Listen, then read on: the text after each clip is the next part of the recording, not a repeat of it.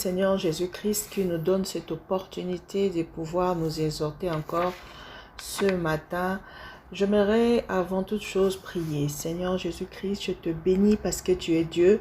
Je te bénis parce que tu nous donnes la force ce matin de pouvoir encore partager ta parole. Je te bénis de ce que tu nous donnes la victoire sur toute chose. En nous réveillant ce matin, tu nous as tout planifié, tu nous as tout donné et tu as fait que nous soyons gagnants encore aujourd'hui avec toi. Au nom de Jésus-Christ, que nous imposons silence à tous les vents contraires à ta volonté dans notre vie. Amen. Bien-aimés, nous allons partager sur que faire lorsque le destructeur marche devant toi. Les livres de Nahum, le verset 2 nous dit, les destructeurs marchent contre toi. Garde la forteresse, veille sur la route, affermis tes reins, recueille ta force.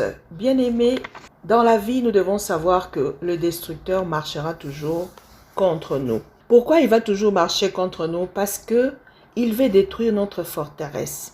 Il veut détruire le fondement que Dieu a mis dans chacun de nous pour que nous puissions abandonner la voie de Jésus-Christ. Bien-aimés, c'est pourquoi le livre de 1 Thessaloniciens, on nous exhorte à nous consoler les uns les autres. On nous exhorte à nous exhorter réciproquement afin que nous soyons tous édifiés. Hébreux 10, 24 nous dit que nous devons nous exhorter les uns les autres chaque jour, aussi longtemps qu'on peut dire aujourd'hui, afin qu'aucun de nous ne puisse s'endurcir dans le péché. Parce que lorsque le séducteur vient, il vient nous renvoyer dans le péché, il vient nous enlever Jésus-Christ dans notre vie, afin qu'il puisse nous détruire. C'est pourquoi nous devons savoir que les destructeurs peut être une personne, peut être une femme, peut être ta convoitise, peut se présenter comme une crise dans ta vie, des envies, les informations qui font peur, comme en ce jour de guerre. Beaucoup des informations vont faire peur aux gens afin que nous puissions ne plus nous affermir dans la foi. Alors, comment faire pour que nous ne soyons pas détruits par les destructeurs? La Bible est claire dans Nahum 1, il dit: les destructeurs est contre toi, garde la forteresse. Bien-aimés, pour garder la forteresse, il faut déjà savoir que c'est quoi notre forteresse. La Bible nous dit que Jésus-Christ est notre forteresse. Dans le livre de 2 Samuel, les versets 22, on nous parle de Jésus-Christ qui est notre forteresse.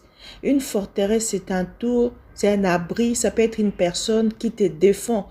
Quelqu'un qui prend soin de toi au temps le plus difficile et qui ne doit pas être ébranlé. Au moment où tous les forteresses de ce monde peuvent s'ébranler. Mais Jésus-Christ ne s'ébranle pas parce qu'il est le plus fort. Il est celui qui peut tuer l'âme, le corps et l'esprit. Alors s'il est notre forteresse, alors nous sommes vraiment gardés. C'est pourquoi lorsque la Bible nous montre dans le livre de Nahum, lorsque les destructeurs étaient venus contre Israël, il a voulu d'abord détruire le cep pour que la vigne ne pousse pas. Et le cep de notre vie, c'est Jésus-Christ. Nous devons avoir les dépôts que nous ont laissés les disciples, les apôtres, qui est dans la Bible. C'est-à-dire tous les rémas, toutes les promesses que Dieu a faites pour toi, tu ne dois jamais l'oublier. Sachant que Jésus-Christ est notre cep. Bien-aimé, dans le livre de Jean 15, le verset 1 à 5, on nous dit, Jésus-Christ dit, je suis le vrai cep et mon Père est le vigneron. Demeurez en moi et je demeurerai en vous et vous porterez des fruits. Donc, sans Jésus-Christ, nous ne pourrons pas porter des fruits, donc nous ne pourrons rien faire et notre forteresse sera détruite. La forteresse que le diable veut détruire dans ta vie, c'est ta connaissance dans la parole de Dieu. C'est toutes les promesses que Dieu t'a faites. C'est tout ce que Dieu te donne comme vision, promesse, comme certitude pour que tu restes ferme en lui. S'il détruit cela, bien-aimé, tu seras détruit. Alors la deuxième chose à faire, c'est de veiller sur notre route. C'est sur le chemin que nous empruntons. Bien-aimé, tout chemin, comme les gens disent, mène à Rome, mais tout chemin ne mène pas à Dieu. Pourquoi tout chemin ne mène pas à Dieu? Parce qu'il n'y a qu'un seul chemin. Notre chemin, c'est Jésus-Christ. Il dit, je suis le chemin de la vie. C'est lui qui passe par lui à la vie. Notre âme, bien aimé, notre âme peut nous amener dans des situations compliquées parce qu'elle est la source de nos besoins. Alors, nous devons veiller à notre âme pour que notre chemin ne se détourne pas. Parce que si tu ne veilles pas sur ton âme, bien-aimé, tu vas être tenté dans le péché. C'est pourquoi Josué 23, 11 nous dit, « Veillez donc attentivement sur vos âmes, afin d'aimer l'Éternel votre Dieu. » C'est notre âme qui nous pousse à aimer Dieu. Si notre âme se détourne de la voie de Dieu, bien-aimé, nous allons nous détourner de la volonté de Dieu. C'est pourquoi lorsque le destructeur vient dans ta vie, il veut te détourner de la vision que Dieu a dans ta vie. C'est pourquoi c'est très important de veiller à notre âme, de veiller à notre cœur qui est la source de tous les problèmes que nous aurons, en bien comme en mal. Et la Bible nous dit encore de nous affermir les reins.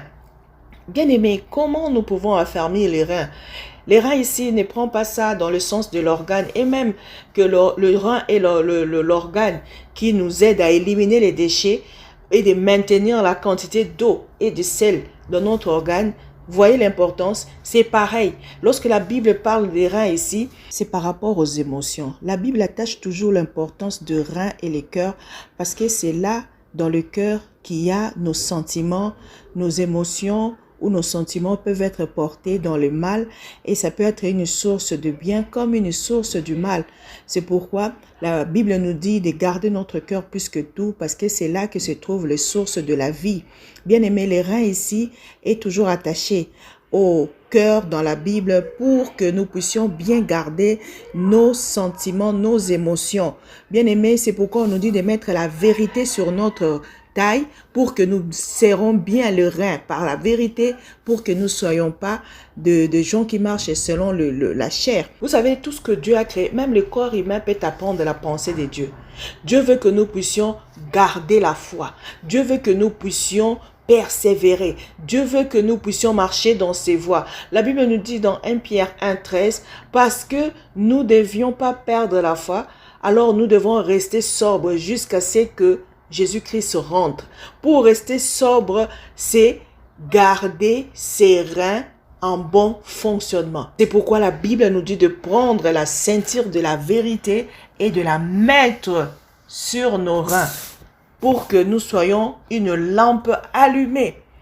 Bien-aimés, la Bible dit dans Éphésiens 6, 14, « Tenez donc ferme, ayez à vos reins la vérité pour ceinture, revêtez la cuirasse de la foi. » Vous voyez, parmi les armes que Dieu nous a données, il nous a donné aussi la vérité pour le placer où? Bien serré dans nos reins. Et même lorsque on était en train de coudre les habits de sacrificateurs, il devait porter des caleçons qui devaient commencer aux reins, bien serrer les reins et bien couvrir les cuisses pour bien garder leur nudité. Bien aimé, si tu te laisses emporter par n'importe quelle convoitise, tu es livré à toi-même, tu ne seras jamais constant dans la parole de Dieu.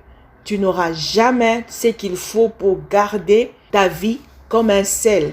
Vous voyez que le rein ici a été bien mis en place parce que dans le rein, ça garde que nous soyons bien salés. Et donc, si tu n'es plus le sel du monde, tu n'es plus rien. Bien aimé, la Bible nous dit aussi nous devons recueillir notre force en Jésus-Christ, parce que sans Jésus-Christ, nous sommes sans force. C'est lui notre cep. Nous tirons tout de lui. Bien aimé, le cep, c'est les troncs de la vigne. S'il n'y a pas de cep, tout est détruit. C'est pourquoi lorsque le destructeur vient en toi, il vient détruire le cep qui est en toi, c'est-à-dire Jésus-Christ. La Bible nous montre dans Naoum 2 que lorsque le destructeur était venu, ils ont pillé leur cep, ils ont détruit le cep. Pourquoi? Parce que si le cep reste en forme, tu ne pourras pas être détruit.